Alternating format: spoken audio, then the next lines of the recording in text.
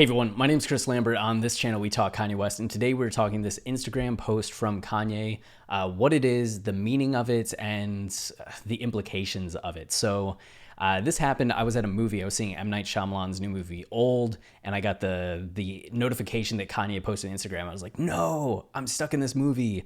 And then I got back, and I spent the last hour preparing for this video. I don't know how many of you know this, but like art analysis and art deconstruction, like of the meaning, the intents, what you can take away from it is kind of my jam. I think aside from writing, it's the thing that I've always been best at. It's the thing that I've always kind of thrived in school, in college. My whole career is kind of based on the analysis of movies and Kanye stuff and other works of art. So this is kind of in my wheelhouse to get into this. So I'm very excited. But you can see that Kanye doesn't have many posts on his Instagram, but one of the key things to note is that 3 of the 4 pictures that remain are prior to listening parties, right? So Kanye posted this when he first got to Atlanta. We knew that there was going to be an Atlanta listening party. He had posted other photos before this that he deleted, but he kept this one. So this is kind of symbolic of listening party 1 in Atlanta. Then this was posted before listening party 2 in Atlanta. And now he's posting this on the same day that it started being teased that there's going to be a listening party 3 in Chicago. So it seems like Kanye is kind of setting the tone for what's about to happen. Now, this work here looks like a painting, but it's not. It's actually a glass case full of formaldehyde and a real dove that is trapped inside. This is a work by Damien Hirst called The Incomplete Truth from 2006. Pay attention to both of those things, the name and the date there. It's from a series called The Natural History Works, in which Hirst actually had just a bunch of a bunch of things in formaldehyde, which is kind of shocking. So it's the dove, it's this goat, whatever this is, the Immaculate Hearts. Wow, that's striking. These fish, there's one with a shark that was pretty like famous and well known, I think. But this is kind of what he did for this series. So one of the key things to kind of pay attention to here isn't just this, but getting back to the idea, the incomplete truth. There was a work a year old or earlier called The Inescapable Truth, 2005. So 2006, 2005. Do you notice anything different between the two? Like the dove is in the same location. It might actually just be the same dove, it kind of looks like. But if something's jumping out to you, it should be this bottom here, right? Like what's down here? So that's the main difference between these two pieces and why it's the inescapable truth and the incomplete truth. You can go here to Instagram. Damien Hirst in 2018 commented on the inescapable truth. So you can see a little bit closer that there's actually a skull in the bottom. So you have the dove up top, you have the skull on the bottom, and this gap between the two of them. And already you can think of the symbolic qualities of this, right? The skull representing death, the dove representing life or something with heaven, with religion, with faith, as the dove is so often associated with. But the fact is that the dove is also not alive, right? So in some sense, even though it's representing something with life and transcendence, it's still death. And that's something that Hirst talks about here. The piece is supposed to be ironic and hopeful at the same time. It contains a dove and a skull. The dove as a symbol of hope from the Noah's Ark Bible story, the dove of peace, but entombed in liquid in a tank like Han Solo in The Empire Strikes Back, locked in the carbonite block. A dove trapped in liquid maybe says there is no hope. Maybe that's the inescapable truth. But whatever the impossibility of its physical reality, it looks hopeful. I love it that this work says both. I think it was Andy Warhol who said that a good artwork can be both iconic and ironic. So that's the idea, right? The dove is contained, but yet it still symbolizes something with freedom. And there's a skull down there, which really tells us like death. It reinforces the idea of death. It makes it a key part of this piece, but there's still this space between the idea of death and where the dove is, and that the dove is captured in flight has that kind of beauty and meaning and hope that Hirst is talking about. So when we come back to the incomplete truth and you notice the skull is gone, right? So that idea of death is pulled away just a little bit, right? It's still there in the fact that we see that it's a dove that's trapped in a box or in a cube in formaldehyde. We know the dove is dead. So there's this subtext of death, but it's not like context the way that it is right there. It's just something that you kind of have to put together through viewing. And that's why this is the incomplete truth, because the skull is missing.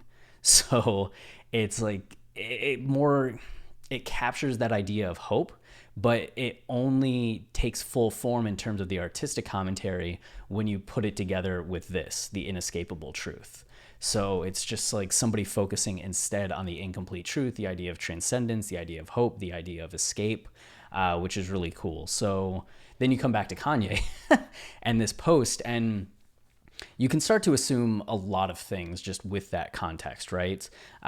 Given the fact that we've seen these three stages, right? People have already been putting forth the idea of the divine comedy theory, right? It's going wild on West Sub Ever right now, but I saw people talking about it as early as the second listening party when Kanye changed up so much, that the idea that this was purgatory and that maybe this one was supposed to be hell. I may have even seen someone talking about it when Jail first played, right? And Kanye was wearing all red during listening party 1. So this theory has kind of existed for a moment, but it's the idea that Kanye went from hell to purgatory and is now ascending, and having just the dove and not the skull, right? That there's something about the hope. It feels very fitting to what Kanye is doing right now. In terms of this idea of ascendance and transcendence. We saw how the second listening party ended, right?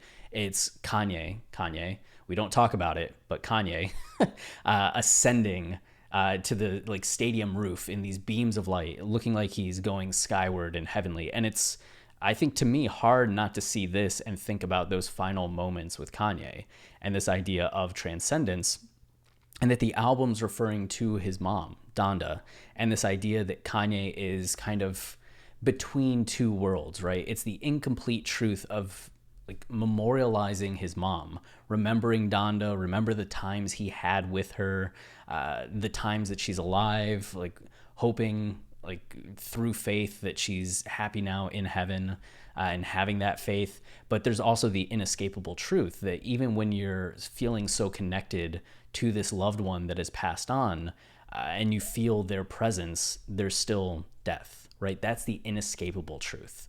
So I don't know if Kanye is purposefully getting at the duality between these two pieces, but we know Kanye is really into this kind of thing, right? He's into performance art, he's into highbrow conceptual art, and the fact that Hearst has these two pieces that are in conversation with each other due to the inescapable truth and the incomplete truth, and that Kanye is working on this album that is in memory of his mom, and the fact that he is dealing with like both sides of that coin, the idea that she's still alive in him, that there's still like the spirit and the soul that he feels connected to. Just look at the song Only One, but the idea that she is also gone and passed. Like my dad passed away in 2007 when I was 20, and my mom in 2012 when I was 25. And I really, maybe this is me just bringing in my own subjective experience, but I very much understand that sense of duality, that idea that you feel your parents are still with you. Like I feel like I could just pick up the phone and call my parents, but then also at the same time being struck by the fact that no, I can't, that they're gone. And you have these moments like that all the time. And I think a lot of us tend to pick which side of this we want to focus on. Like some people focus more on the skull per se, and other people focus more on the dove. I know personally, I've always been someone that's focused more on the dove, even though I'm not very religious. There's just always been this sense of still feeling connected to my parents, the energy, the experiences that we had, rather than just focusing on the loss. So I could imagine Kanye through this album like getting at the incomplete truth, right? This album is kind of avoiding this factor of it and is honoring more of this factor and choosing to focus on the fact that his mom is like the dove, right? And the symbolism of the dove rather than the symbolism of the skull. We'll see. Maybe he starts like he posts this one next. Maybe there's more to it that he starts to reveal during the listening parties. But those are the initial and early thoughts that I personally have on it and that I would start to apply to this. And they differ from some of the theories going around now. This is one of the popular ones I've seen on West Sub Ever and on Twitter so far. They quote it as to being Damien Hirst, U516 does here, or Yo516, that failure of trying so hard to do something that you destroy the thing that you're trying to preserve. But it's not, there's a little bit of a problem with that. So you can see that it comes from this. It's the context on Hearst's website that says the incomplete truth was first exhibited at Beyond Belief, a major solo show of new Hearst works held across both yada yada. The formaldehyde preserved dove encapsulates a central concern of the natural history works, which is what he was calling this whole thing. That failure of trying so hard to do something that you destroy the thing that you're trying to preserve. That's where the quote is. But it's in the context of the central concern of the natural history works, right? So that quote is attributed to this whole set of things that Hearst was putting together. Okay, great. Rather than all the formaldehyde pieces, rather than necessarily being about this piece specifically. So I don't think you can really look quite to this quote. And the page does say that the quote comes from, you can kind of see it down here. There's the attribution, or maybe you can't see it. Yeah, I want to spend the rest of my life everywhere, so I can show you where that comes from. There's this right here. I want to spend the rest of my life everywhere with everyone, one-to-one, always, forever, now. It sounds like something that would be an Evangelion, Neogenesis Evangelion title, like episode title, but it comes from this book. So I don't have this book. I don't think I'm going to be buying this book. But if you have this book or know someone that has this book and you can find this quote, then we can confirm whether or not he was talking about the natural history works as a whole, or specifically about incomplete truth. But right now, I'm betting that it's more about the natural history works as a whole, rather than incomplete truth. And the way that people have been applying this is, you could see Yo says, this could describe the relationship with fame and his mother. He tried so hard to make it in his career, to do his mother proud, yet his fame and success is the reason for moving to LA and passing away unexpectedly. Other people have been applying it to the fact that it's Kanye like saying that he gave up on the album, which is just kind of wild when we know that there's another listening party about to happen. But it's like, in trying to preserve the memory of his mom through this album, he ended up just like reaching a point where he can't continue with the album and he's scrapping it, which is excessive. So I don't really buy into like applying this yet. I need more context. I can see where people are like starting to apply it, and I think this would be a fine theory. I just don't think, I'm not bought in yet that we should be looking at this quote as applicable. And then the other one that people are diving into, there's a quote from like a website that's talking about this piece that says, a dove hovering suspended mid-flight in formaldehyde, the dove with both Christian secular associations symbolizing the Holy Spirit and peace, is intended to demonstrate that truth cannot be found in absolute, but rather in dualities and the tension between them, which I think that's getting at what I was saying as well, just the idea of the duality between like the dove's ascendancy and the reality of death. This idea of the soul and the death of the body, right? And the persistence of the soul while the body is gone, which you can see that. But then also we come back to like the fact that this piece is missing the skull and is getting at the incomplete truth. And there's all kinds of subtext to dive into from that. So I still don't think all of those, like any individual one of those that we've gone over so far is quite accurate. We also have this one here, which says what? Where's truth? The incomplete truth, a dove hovering suspended mid-flight in formaldehyde, the dove with both Christian and secular associations, symbolizing the Holy Spirit of peace.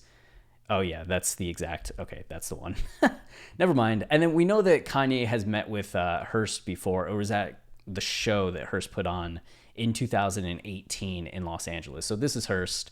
That's not Hearst, that's Flea from Red Hot Chili Peppers. But this is Hearst at that event. And this is Kanye with Denim Tears, Tremaine Emory.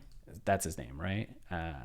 Yes, Tremaine Emory. So this was 2018, and you can see March 2018, and this preceded Kanye's own performance art phase. You may remember the theory from 2018, brought forth by Snowcone on Twitter, that Kanye, with everything in his support of Trump, was in the midst of some kind of elaborate performance art. And part of that was because he had posted a series of books about performance artists, including John Boyes, who we were talking about recently, who did the thing where he was locked in a room with a coyote for 3 days and said, America loves me, or this is America, or I love America and America loves me. I think that's it. That was one of them. And then there was Andy Warhol, and he just was referencing a number of performance artists and then did all this stuff with the hat and everything that followed. So there was the whole theory about that, but that was tied to him going and seeing Damien Hirst, him being with Denim Tears, and now here we are a few years later before another album rollout, and Kanye is once again kind of pulling off these what feels like performance art. You know, it seems, and there's debate, right? Like I'm not sold on the fact that Kanye had this entire thing planned out before the first listening party. I would put money on the fact that he intended for the album to come out on July 23rd, right? That he wasn't saying the fake release date and then moving past it on purpose. But I mean, maybe he did no marketing, right? So on the one hand, there's the argument of why release it on the first time that you announce it, because you know people are just going to ask for it more. It increases demand. It creates a not inefficiency in the system, but deficiency in the system. Like there's no supply, but the demand has increased. And then we see what happens with Listening Party 2. People want the album. We're still talking about where's the album, and some hype dies down a little bit, but Kanye sold out 2 stadiums, and I'm guessing if he goes back to Chicago and does a show at Soldier Field, he's going to sell out that stadium as well. And how huge are the numbers going to be after that? So on the one hand, I feel like there's still so much chaos in this rollout that it's hard to say that he planned to do like Listening Party 1, Listening Party 2, Listening Party 3, and have this hell, purgatory, heaven theme running through it. But, you know... You know, there's just something with Kanye that you can't put it past him, that he would think about something like that. We do know that he was referring to the Divine Comedy all the way back during the Yeezus tour in 2013. And I just wouldn't put it past him to have something like this in mind. You can even see here Rap 301, and I think it was posted to, West Sub Ever as well. Kanye West listening party outfit rumor. So he put this on in the middle of the 24-hour live stream that he was doing, which is just this all-white outfit. And a lot of people didn't talk about it at the time because it happened really like early in the morning or late in the day. Just it wasn't at the heights of people watching, and it just kind of seemed like a random thing that maybe we would see later that night, and then we never saw it come out. Like he never wore this during the events, but it would make sense if he was already planning for a third listening event and was just already trying on outfits, had already talked to Gavin Visalia, the whatchamacallit. Oh my God, I'm blanking on all the fashion names. Demny, that's it. Demny Visalia. Balenciaga. Okay. He was already planning to do a big show with Visalia, and maybe they just put it together right then and there. And the concept, like, we're going to do one more show, we're going to do another after this. You already did this empty show. Why don't we go with something that's more like hell, purgatory, heaven? And he already was trying on the outfit, which we're getting this idea of heaven from the all white. So, man, it's exciting. I think it's cool what Kanye is doing. I think it's cool that we have something to really like sink our teeth into interpretation wise, and let the rumors and theories and interpretations spew forth, and flourish. But if you are curious in further analysis that I do when I was talking earlier about deconstructing artwork, this is an example of one of my movie explanations on Film Colossus, the site that Travis and I run that's not just the Kanye podcast, but getting into movie explanations and themes. And you can just see how long this piece is, getting into like all these details about what the plot is, the themes of it, like how it builds those themes, all these details. And this is one of the shorter articles. We have some that are 8,000 words, 11,000 words, just like huge. And they do like pretty well. We get good feedback from people. So if you want to check it out, it's just filmcolossus.com, and we have a ton of stuff on there, including things about movies like Black Swan and Nocturnal Animals, and going to be doing a bunch more this fall when we finally finish up doing the podcast episodes on Kanye's discography, which, you know, November, December should be the given time. But that's it for this video. If you're enjoying the channel and you want to support us, the easiest way is to like, comment, subscribe, as any of those things tell YouTube this is a channel people like, and they show it to others, which goes a long way in helping us. So thank you to all of you who do that. I'm so happy to be done. All right, on to the next one. Cheers.